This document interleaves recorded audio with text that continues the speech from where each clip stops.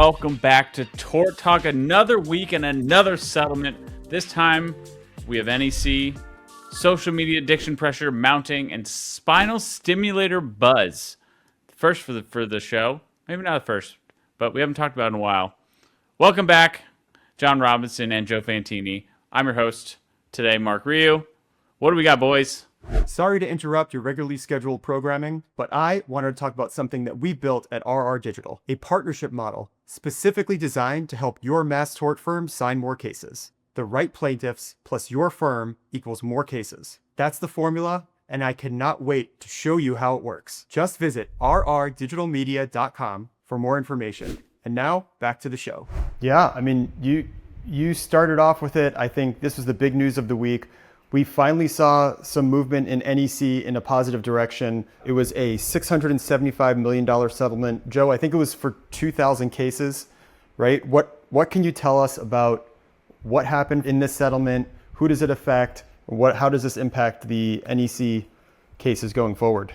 Yeah, so I'd say it was a positive development. This was an inventory settlement, so it involved 3 law firms.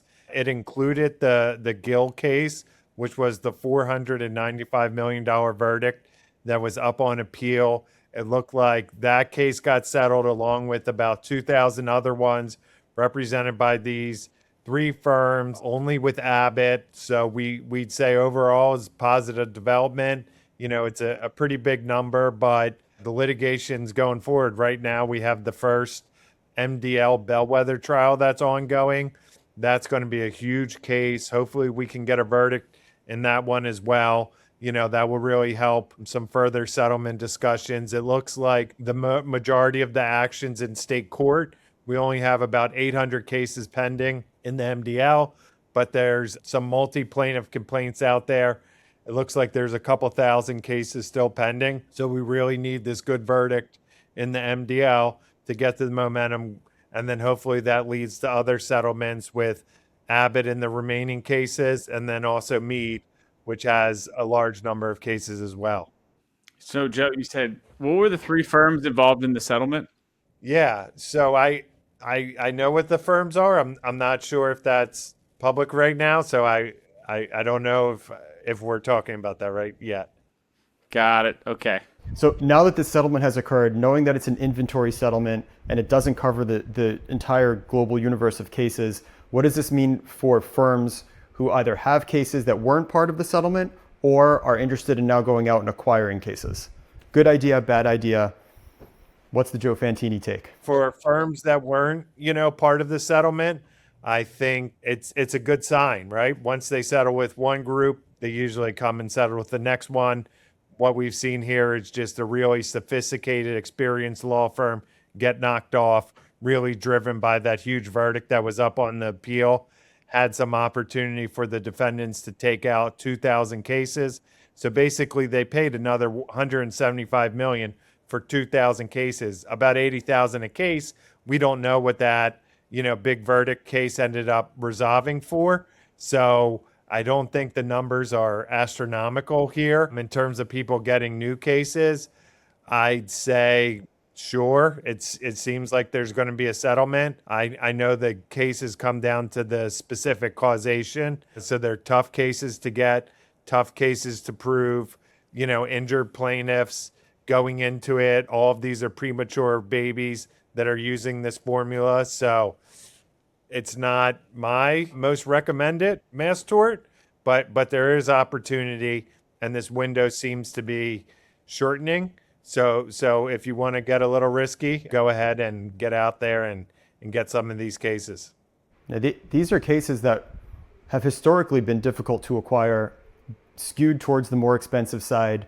And then, of course, you also have like the specific fact patterns of the case once the medical records come out, leading to some attrition. So if you are saying that they are potentially worth around $80,000 a piece, I don't know if it makes the most sense to go out and acquire them based on the acquisition cost and then the potential fee that you would be getting on them. But if you come across one, they still could have some value.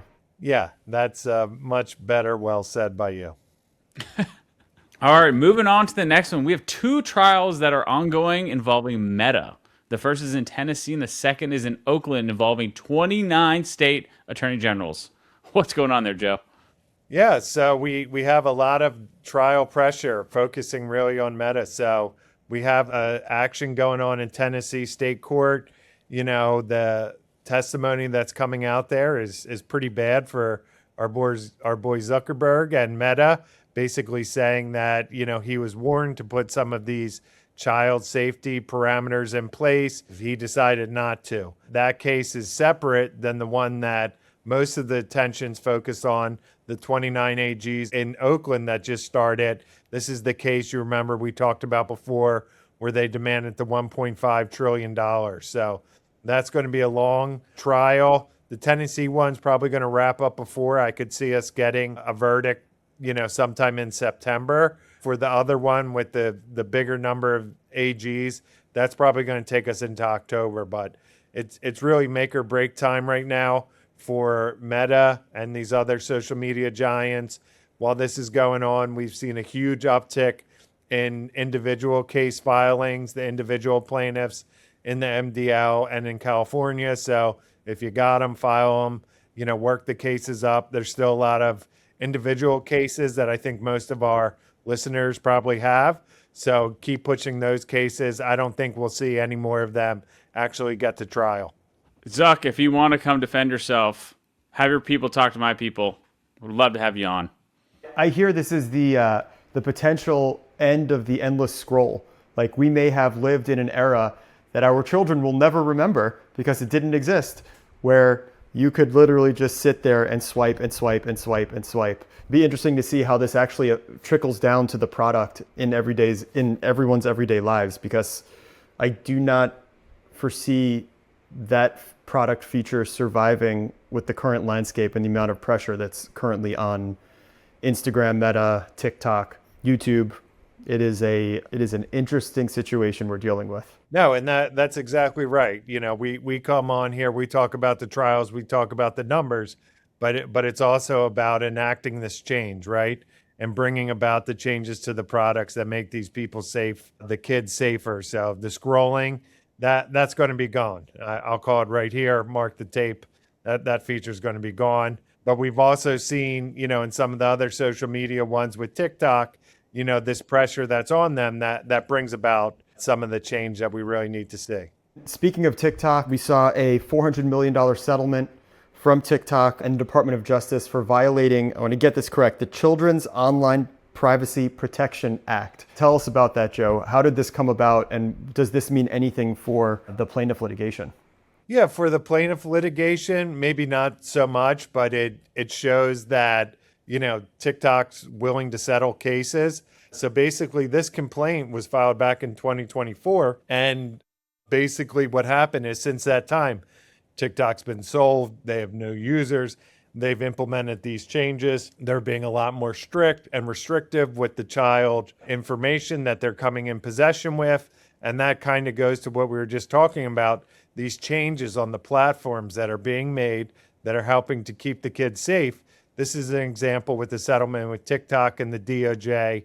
And we'll see, you know, how it plays out in the other individual plaintiff cases. But it's a good development for the kids. I think it's a good development for the cases. It doesn't get any specific plaintiff compensation, but it definitely shows how much pressure is on there from the DOJ, the AGs, the individual plaintiffs, the school districts. Everybody's focused on this issue. It's a whole world issue at this point. So the more pressure is going to bring about the changes we need. The pattern has been established by TikTok, who has not yet, to my knowledge, actually been to trial on one of these cases. They've settled out on individual cases. They've now settled out with the DOJ. I think that TikTok's new owner inherited known risk, and they are trying to get out of these cases in any way possible to avoid like massive potential, obviously bad PR, nuclear verdicts. I think they're okay letting Meta and Google fight their battle for them and sit and just be, you know, party to these cases, as evident by these, you know, consistent settlements that we're seeing. Yeah, that's exactly right. They're making the focus on Meta, right? When you're hearing about these cases now, nobody really is mentioning TikTok. It's focusing primarily on Meta. We'll continue to see that. So their strategy, TikTok, is settle, get out of the way, make these changes that are needed, eliminate the potential for liability down the line. Meta, they're fighting tooth and nail, arguing every motion, every filing, constantly going to battle. So we'll see how it plays out for the two different defendants with two very different strategies. All right, moving on to our last topic of the day, something we haven't talked about in a while. Spinal Stimulator, one of the newest mass torts. We had the MDL formed for Boston Scientific in June, and JPML petitions pending for Abbott and Nevro. What are you hearing about this newer mass tort? Yeah, this was one we talked about a couple months ago, and there was a lot of buzz and excitement about this. Unfortunately, the JPML petition really tried to consolidate all manufacturers together, and we've seen that sometimes, with Zantac or PPI, but the court denied that request basically and said, no, because they're different products, they have different issues that they're causing, it's going to need to be separate. So the first one that we saw formed was the Boston Scientific. That was formed in the beginning of June. It's just getting its legs under it. I think there's about 60 cases pending there. And then we're seeing these two petitions that are pending right now for Abbott and Nevro. I think both of those are going to get granted at this upcoming JPML hearing. We should have two new mass tort MDLs sometime early in September. And then we're going to see what's going to be the strategy in these cases. Are we going to, really focus in the MDLs, or are we going to have some of the action transfer and shift over to state courts where we have some pretty good venues as well? What is the crux of the spinal stimulator case? What are the damages and some of the science behind it? Yeah, so basically standard product case, failure to warn, defective design, breach of warranty, things of that nature. And it's saying that it didn't operate properly, and then we've seen cases where it shocked the user and then it caused, worse problems than it was implanted to really help. So it causes these additional problems. A lot of people are needing a subsequent surgery then to go in, take it out, replace it, things of that nature. So it seems like the science behind them is pretty strong. There's not a ton of studies out there right now. I think as we go through this litigation, we'll see more studies come out, more complaints come out, and that's what's really important about bringing these issues to the people, is letting them know they're not alone. This happened to a lot of other people as well, and then we can get that strength in numbers. Can't believe it's already the end of August.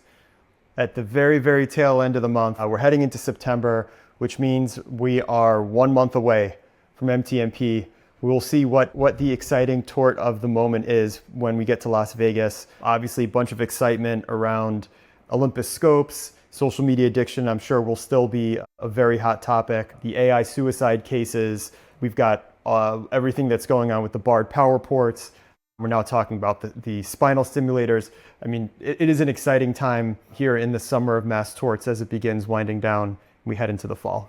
Yeah, it's been a busy summer. Usually this is the time when, everybody goes on vacation. That hasn't happened in the mass tort world. We had a lot of huge settlements take place. So there's going to be a lot of excitement out at MTMP in October. And we look forward to seeing everybody out there. All right, that's a wrap. See you guys next week.